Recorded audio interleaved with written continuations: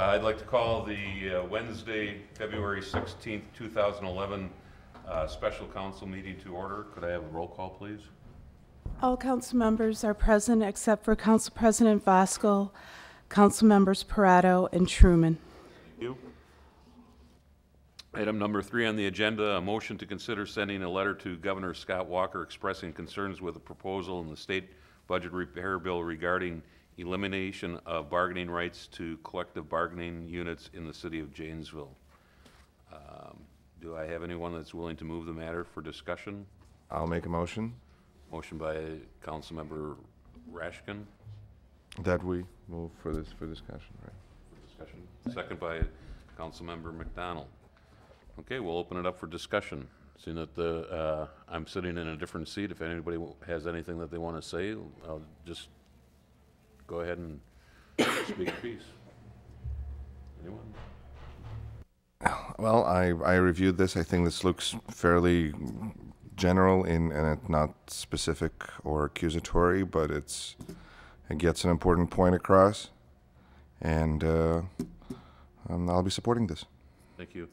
Just so that for the people that are here and for the record, if you don't mind, I'd like to read the letter again into the record. The letter actually is not to be sent. My original request was not to send it to Governor Walker, but to our local representatives, which would be like Cullen and Nylons and who? Wynn. In Loudenbach. And it reads, the Janesville City Council is well aware of the financial crisis that faces the state of Wisconsin and the enormous tasks that lay ahead. We are faced with many tough decisions and acknowledge that many sacrifices must be taken to get our economy and government back on track.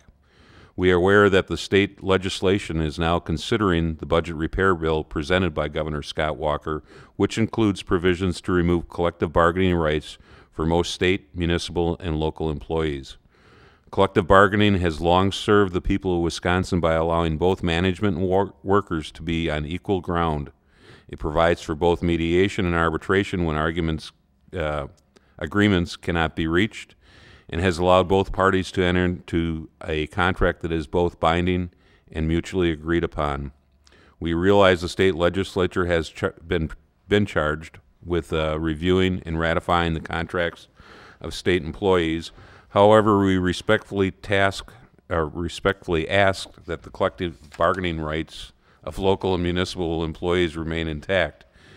It is our opinion that local governments should not be impinged by state mandate, which does not address the individual circumstances or financial situations of our local governments. We feel that we are in the best position to review and address these concerns without interference from the state. Respectively submitted. And I think there might be a correction or two because I saw Councilmember McDonald making those as I was reading it. So, any further discussion? Go ahead, Councilmember McDonald. All right, just a couple of comments. First, on the correction, end of the last paragraph has allowed both parties to enter. Okay. And then I guess the other point I would make on the letter is the first paragraph I completely agree with, and because I don't support the bill for various reasons, I think the first sentence of the second paragraph is appropriate.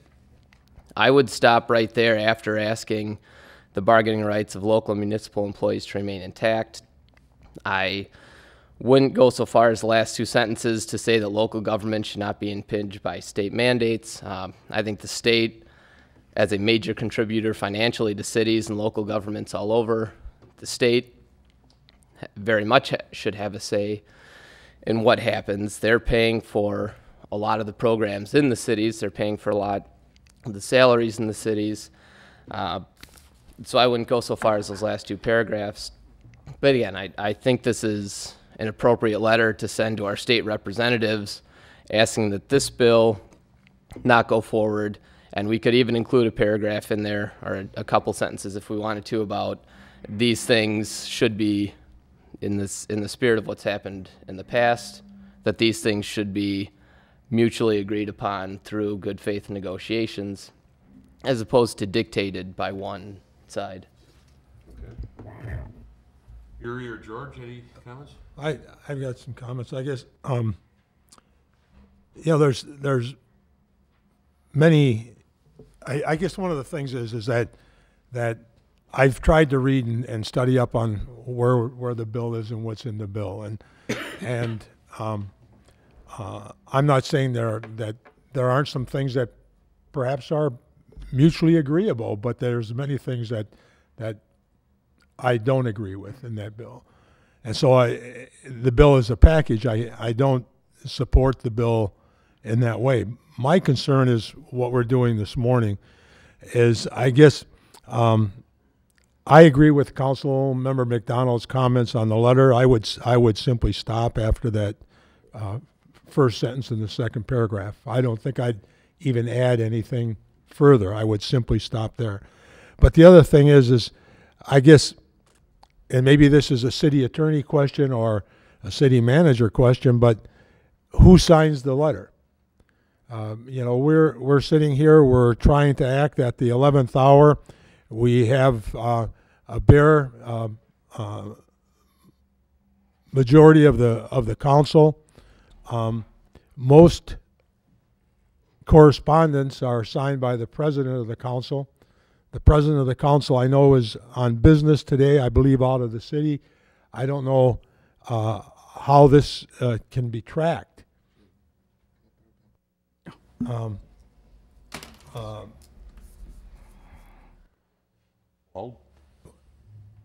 usually if it's an official action of the council president would sign the letter on behalf of the council or the council members. And so, I almost think where we're at is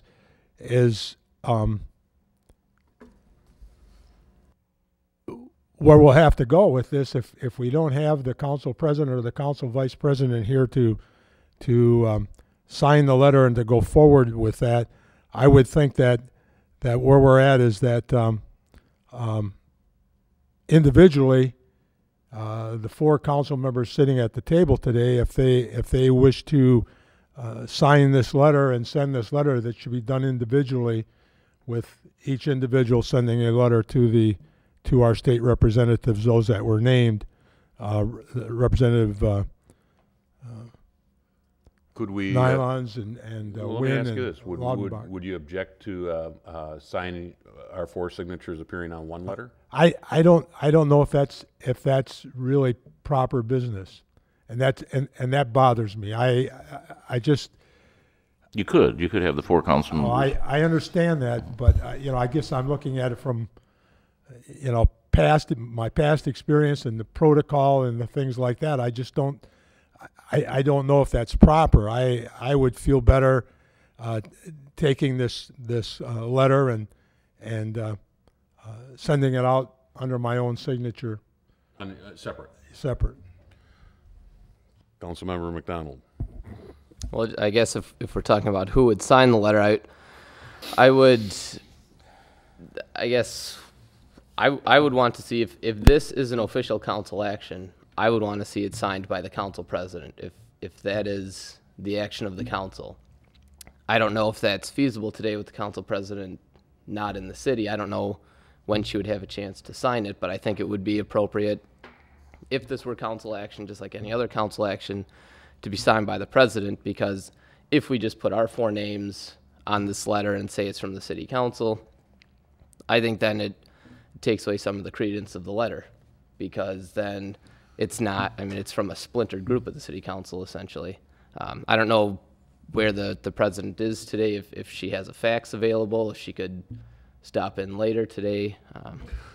But I think that should be the approach if we send this letter. Otherwise, maybe it should go as individuals, but I would prefer, if we vote for this letter, to see it signed by the president. I guess, Councilmember McDonald, you more eloquently stated what I was trying to say, but I think that protocol says that's right. What it should be. So, if we have a majority vote, and I believe it would take all four members to vote yes, and if we have a majority vote, then I would think the letter should be drafted with the council president's signature block, and have her sign it sometime later today.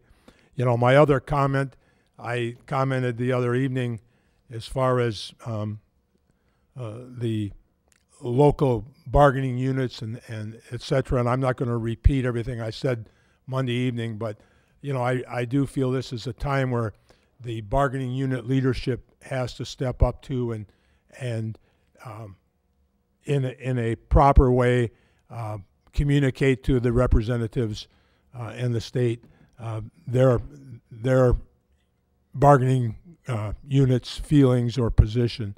So I really think the union leadership has to step up and be heard on this in a proper manner. Thank you.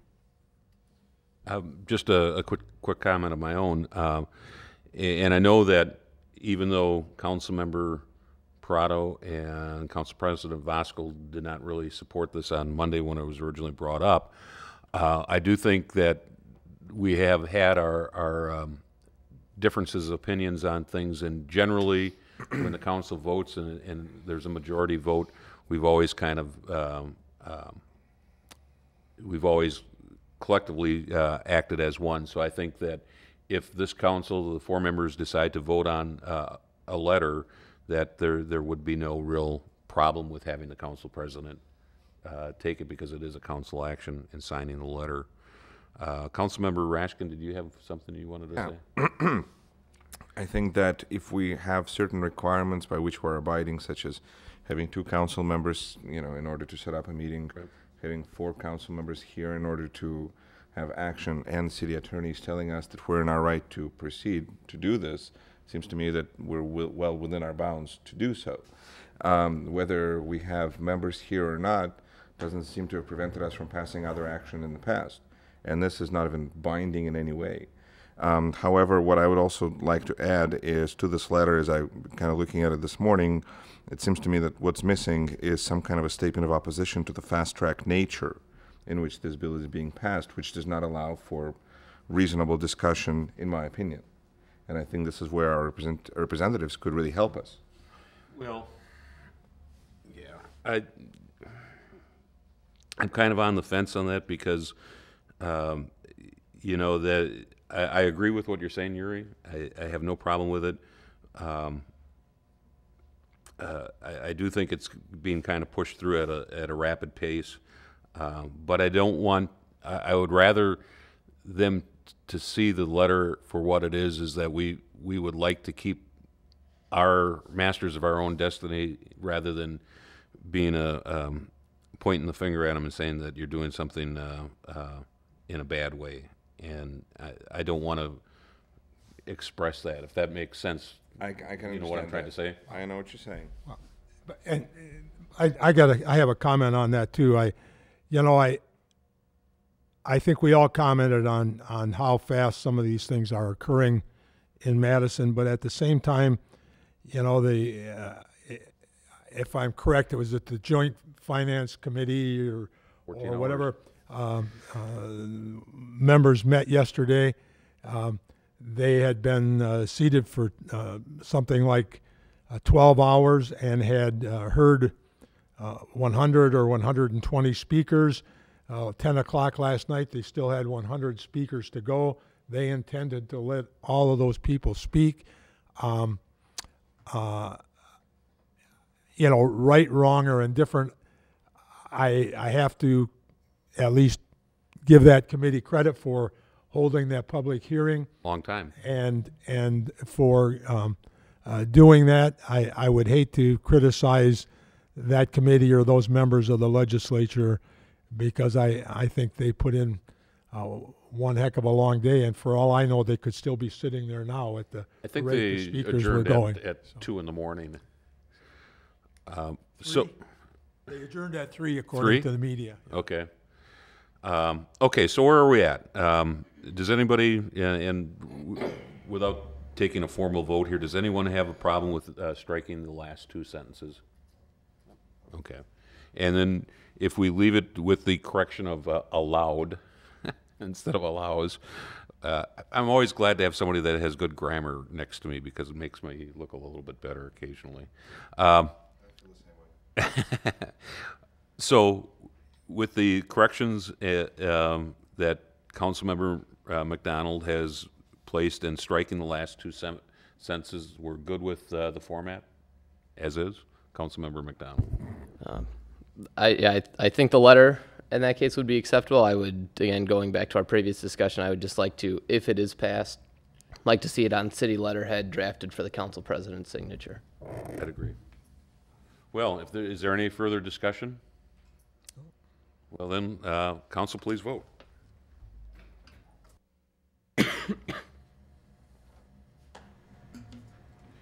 That passes with Councilmember Brunner, Rashkin, Stieber, and McDonald in favor. On to item number 4, matters not on the agenda. Anyone have anything? It would be nice to let people speak if somebody wants to say something, but we don't have part on the agenda that allows for public comment, do we? All right. Anything from George?